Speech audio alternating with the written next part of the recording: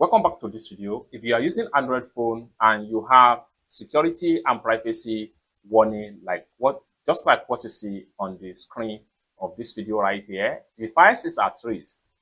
Find harmful apps with Play Protect. What does this mean and how you can actually fix this particular problem on your Android phone? Let me show you how.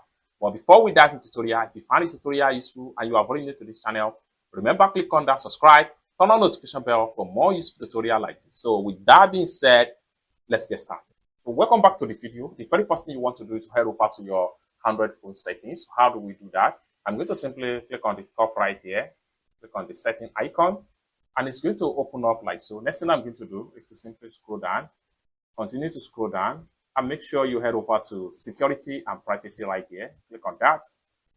Then it's going to take you right here. What you need to do right here is to simply click on turn on Play Protect. Play Protect on, just like so. Then the next thing you want to do here, you still have some device may be at risk information right here. Next thing you need to do is to simply click on check for update right here.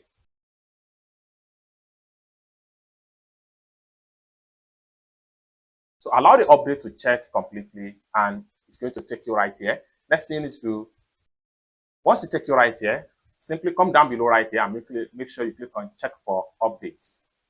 Allow the update to check completely and your phone risk will be fixed and your phone is going to work perfectly. So what we want to do here is to exit from here now. Then I'm going to head over to my Play Store right here. Then from Play Store, I'm going to click on the profile icon. Then I'll go to Play Protect. So by the time I click on scan right here, so allow the scan to run completely. And no harmful apps found. It's that simple. For more tutorial about how best to use your Android phone, consider to subscribe. Thank you so much for watching and I hope to see you in my next video. Bye for now.